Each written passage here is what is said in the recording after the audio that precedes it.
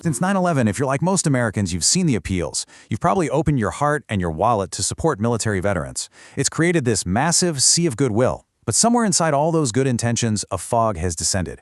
So today, we're going to clear that fog. We're doing a forensic investigation following the money to find out where the billions of dollars in veteran donations actually end up. And I'm not exaggerating when I say billions. We are talking about a totally unprecedented wave of money, of philanthropic capital flowing towards the veteran community. This has created a huge ecosystem of charities, all promising to help our heroes. And right there, that's the central, tragic paradox that we have to confront. With these historic, unbelievable levels of funding, why is a number like that even possible? Why do the most critical outcomes, like the veteran suicide rate, remain so stubbornly, heartbreakingly high? If all this money is flowing in, where is it going? That's the question we're going to answer. Okay, so let's start digging. Our first clue is in the structure of the charity market itself. And you need to understand, this is not a level playing field, not even close. It's a market of profound unequals. Now just look at this. This is kind of staggering when you think about it. There are over 45,000 charities out there for veterans, but just a tiny handful. We're talking about the legacy organizations, known as the Big Six, plus the post-9/11 giant, Wounded Warrior Project. Just those few absorb nearly 60% of all the money in the entire sector. And this really shows you the sheer scale we're dealing with. Wounded Warrior Project alone pulls in an estimated $385 million a year. Think about that. Their massive brand recognition and their giant fundraising budgets create this self-reinforcing cycle of dominance. It makes it almost impossible for smaller, often more effective community-based organizations to even compete for your dollar. So, how in the world do these organizations raise so much money? Well, it turns out there's a science to it. It comes down to the psychology of giving, and that involves some powerful, and you could argue sometimes ethically questionable tactics that are designed to tap directly into our emotions. So here's a key principle you've got to know. It's called the identifiable victim effect.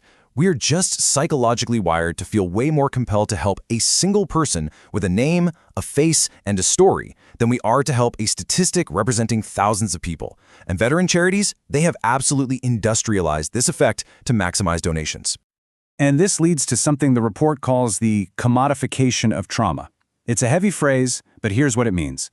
A compelling, often heartbreaking story of a broken hero is used like a prop to trigger an emotional response in you, the donor.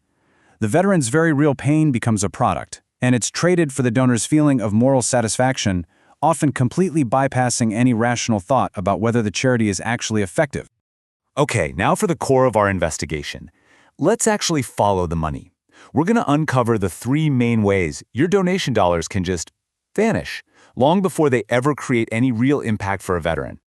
This is one of the most shocking parts of the whole industry. You get a call from a professional telemarketer asking for a donation on behalf of a charity. Did you know they can legally keep the vast majority of your money? It's true. In many cases, for every $100 you give, $85 or even more goes right into the pocket of the for-profit fundraising company.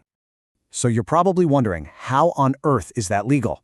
Well, it's thanks to a pretty deceptive accounting loophole called joint cost allocation.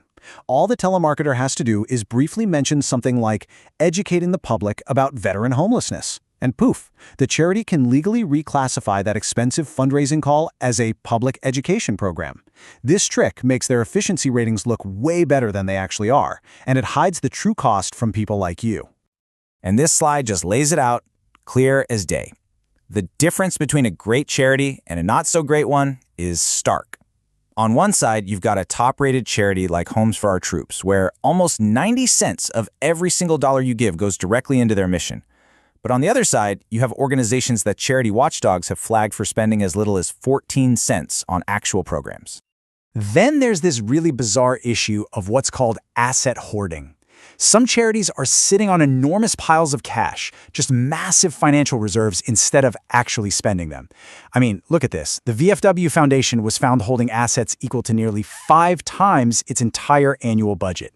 It begs a really simple question. If the crisis is as urgent as their fundraising letters claim it is, why is all the money sitting in a Wall Street investment account? And finally, you have straight-up criminal fraud. This slide breaks down a really sophisticated scheme that targeted the military's health insurance, TRICARE. Basically, criminals set up fake charities to launder illegal kickback payments to veterans. In exchange, the veterans would get bogus, super high-cost prescriptions. It was a multi-billion-dollar fraud that used the good name of charity as a cover to rip off both veterans and taxpayers. Unbelievable. So all of this, the inefficiency, the misaligned priorities, the outright fraud, it all circles right back to our opening question. With all this money flying around, is it actually making a difference? Are the outcomes matching the investment? Well, a lot of the time, the funding is just completely misaligned with the actual need. A ton of money flows into what the report calls the wellness trap. Things like feel-good retreats, fishing trips, recreational therapy. And look, those things can provide temporary camaraderie, which is great, but they often fail to address the real root causes of veteran suicide, things like financial instability or not having a safe place to live. We see the same exact pattern when it comes to employment support. So many charities offer resume workshops. Why? Because it's a super low-cost way to say you've served thousands of veterans. It looks great on an annual report. But these workshops often do nothing to address the real structural barriers that keep veterans from getting good jobs. It leads to low impact and a really poor return on your donation. So ultimately, this whole investigation challenges all of us to evolve, to stop being passive donors and start becoming informed investors. It asks us to look past those emotional fundraising commercials and start demanding transparency and, most importantly, results.